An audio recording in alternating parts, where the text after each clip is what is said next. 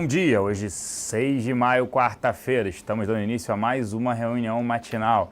A gente comenta primeiramente sobre o ajuste fiscal, terá ou não se depender do Congresso, né?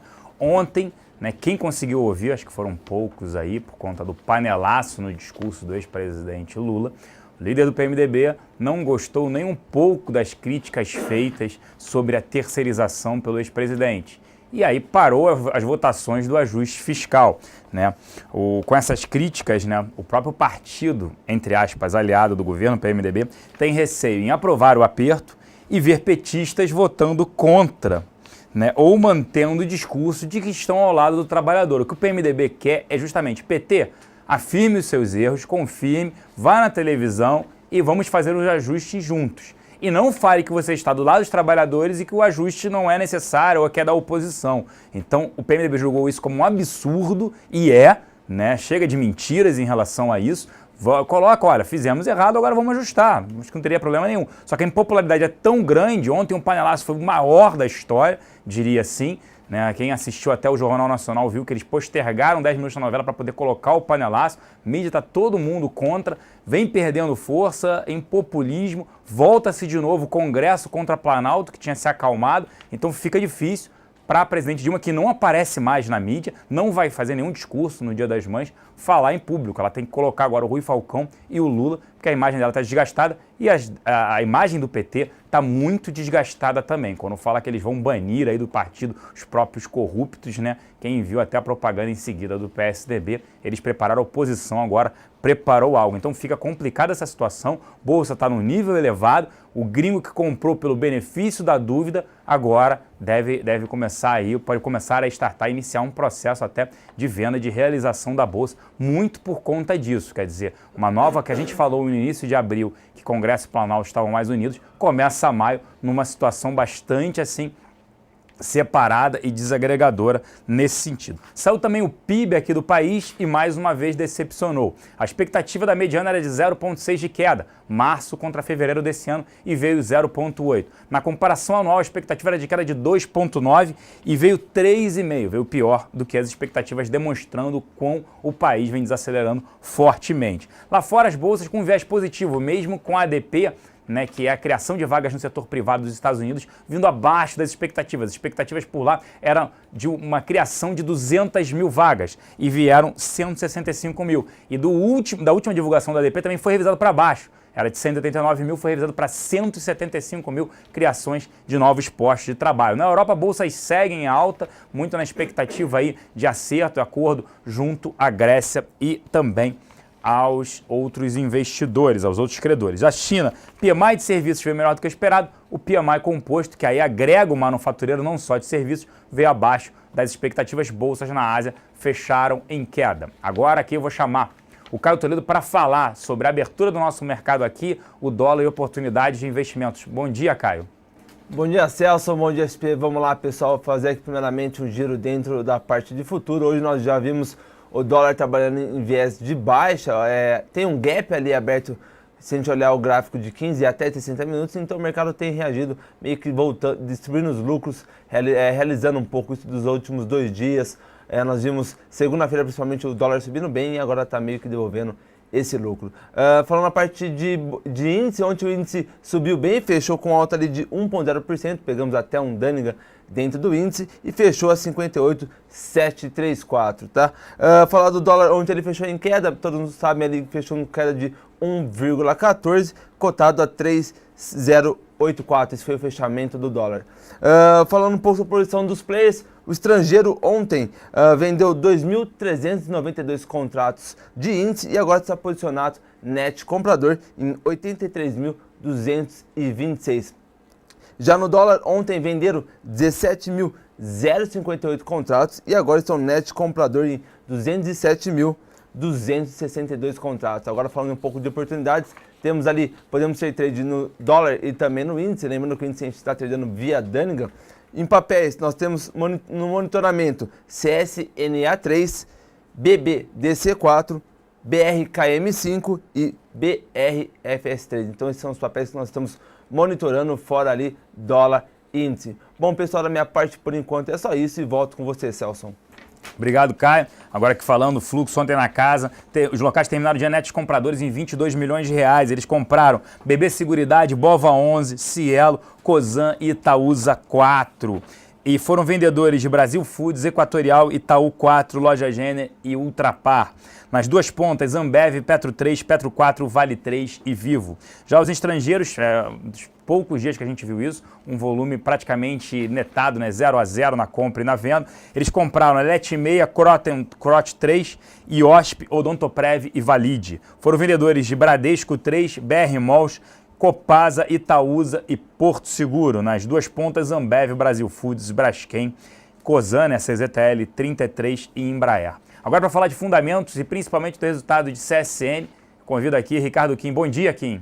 Bom dia, Celso. Bom dia, pessoal. Isso aí, falar um pouco de CSN e comentar também GGBR, que acabou de sair.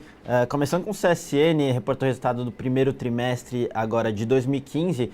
Apesar do resultado ter sido acima do consenso Bloomberg, a gente viu aí em termos de margem e principalmente na parte de mineração um desempenho deixando a desejar. Começando aqui falar um pouco das principais linhas de negócio da CSN, começando obviamente com siderurgia, um desempenho de volume muito bom. Eles cresceram 12% no trimestre contra trimestre, basicamente puxado aqui pelas subsidiárias externas. Com isso a receita subiu 14%, na mesma comparação, mas o destaque negativo fica para o EBITDA, que caiu 5%, isso obviamente por conta de margem. A margem pulou de 26% no trimestre passado para 22% esse trimestre, quase 4 pontos percentuais, então margem aí deixando a desejar, apesar do top line e volume terem sido bons. Na parte de mineração, a gente tem um volume, caiu bem forte, quase 30% no trimestre contra trimestre. Aqui a empresa citou a questão de otimização de mix, mas não deixa de ser uma queda bem relevante. A receita caiu 21%. Aqui a gente pode ponderar algumas questões, obviamente o volume cai, a receita cai. Você também tem o preço do minério recuando bastante, só que você teve um efeito positivo ali de mix e dólar, então a queda poderia ser até maior, mas teve esse efeito positivo que amenizou, que foi o mix, né, e o dólar. Com isso o EBITDA caiu também 24%, eles mantiveram a margem no trimestre contra trimestre, mas de novo essa parte de mineração continua pressionada. Então, no resumo, um bom crescimento de volume, principalmente na parte de siderurgia, mas não foi acompanhado pela margem, que deixou a desejar. A parte de mineração continua pressionada com os desafios do setor, preço, etc. Eles conseguiram ganhar alguma coisa em termos de mix e dólar, mas de novo essa queda foi bem forte na parte de volume. Outro ponto para se destacar é a alavancagem, chegou a 4,8 vezes dívida líquida EBITDA, então a alavancagem crescendo bastante no trimestre contra trimestre. Então, se a gente juntar tudo isso, a gente continua bem cético ainda com o CSN e com o setor. Só que vale destacar a questão do fluxo. A gente tem para a CSN essas diversas recompras que a empresa anuncia, recompras curtas e de montante relevante que tem sustentado o papel. Você tem a especulação de venda da participação da Usiminas a um preço mais satisfatório, e isso aí obviamente é positivo para a CSN. E também possibilidade de tag along, né, que está sendo julgado lá no CAD, aliás, julgado hoje. A gente não sabe quando que vai ser a decisão, mas muita gente especulando aí possível tag along retroativo ali com relação à entrada da Ternium no controle da Usiminas. Então essas questões aí de curtíssimo prazo e fluxo devem fazer o papel permanecer num patamar que está, enfim, nesse patamar alto, mas de novo a gente, em termos de fundamento, a gente continua cético com relação a CSN, não recomenda nenhuma exposição, tá? Partindo rapidamente para a GGBR, acabou de sair o resultado, não deu para ver muito a fundo os números, mas dá para passar uma noção do que foi o resultado. Resultado em linha com o esperado, receita caiu 4% no trimestre contra trimestre, o EBITDA caiu 12%, então a gente viu uma queda aí na margem que era de 11,4% e foi para 10,4% na margem EBITDA caindo, então 1 ponto percentual esse trimestre. Nos segmentos, a parte Brasil teve uma performance muito ruim, receita caiu 10%, margem caiu forte também. Foi compensado por América do Norte, que recuperou bem. No trimestre passado, a América do Norte tinha sido muito ruim o resultado, lembrando que a GGBR se apoia bastante nesse segmento de América do Norte, que estava performando bem.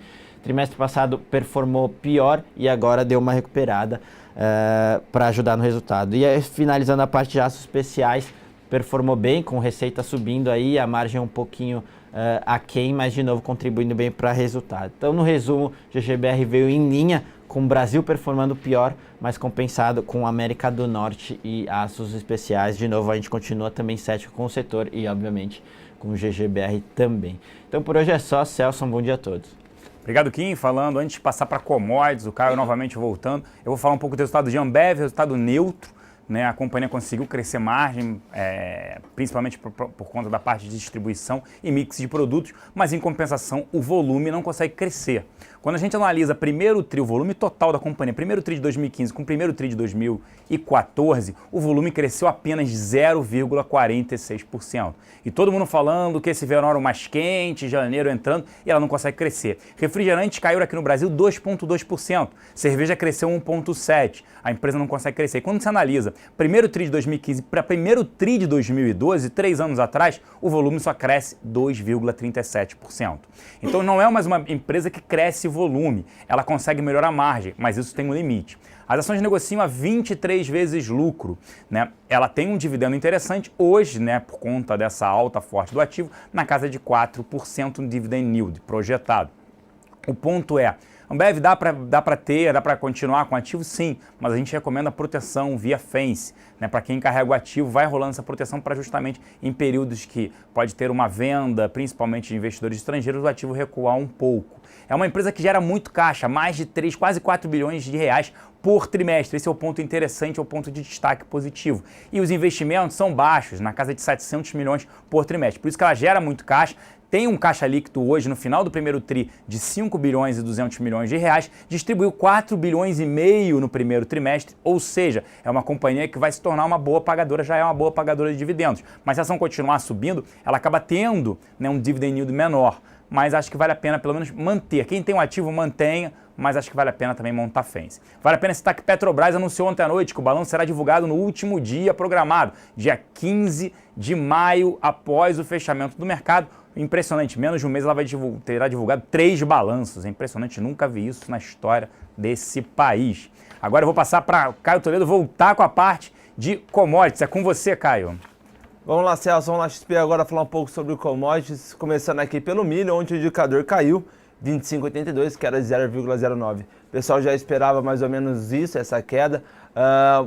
Começamos a ver o maio perdendo liquidez, lembrando que vence o maio já 15 de maio, CCMK 15 vence dia 15 de maio. Então, todo mundo aí começa a migrar suas estratégias já para o U, ele deve ter mais liquidez do que o July agora, porque eu estou falando de safrinha, então a liquidez acaba sendo maior já em setembro. Temos uma compra ali no CCMU 15, 26,10, quase pegou nosso stop 25,50, seguimos no trade comprados. Pessoal, ontem eu peguei muito trade já começando a fazer trading fazendo hedge, achando que esse setembro e novembro estejam perto do fundo do ano, né? Podemos ter sim um movimento mais de queda, mas eles acreditam que aí seja esse 25, 24 seja o fundo do mercado para 2015. O dólar voltando a subir ajuda o ativo, a exportação do ativo no segundo semestre. Isso pode fazer que puxe o milho, principalmente em novembro. Lembrando que alguns produtores, aproveitando essa alta do dólar no começo do ano, já travaram, já venderam suas produções ali em setembro. Então, provavelmente não temos muita oferta ali para novembro. Então, vamos ficar de olho. Temos uma compra no setembro e temos o call spread ali também lançado para novembro. Só lembrando, o call spread é o 28, 30 e 50 com ratio de 3,19. Passando um pouco para o café, no café ainda não temos muitas informações, estamos esperando o relatório da Conab, que sai dia 12 de maio, mas o que temos foi a Volcafé, que falou em safra de 50,9 milhões de sacas, e esse é um número muito acima do que veio no primeiro relatório, e isso acabou pesando no mercado lá fora.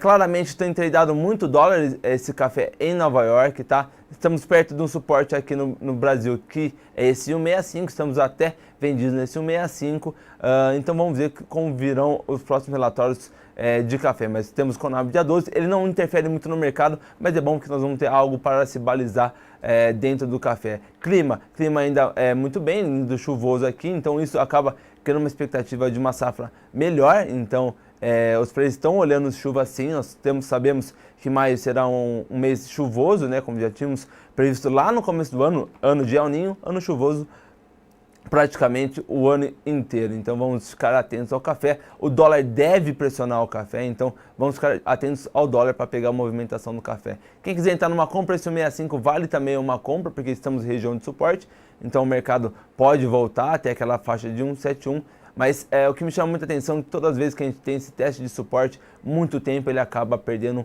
e com força. Então fiquem atentos aí, mas temos uma venda nesse 165. Lembrando que o nosso top é 168 e nossos ranges alvos são 162 e 159.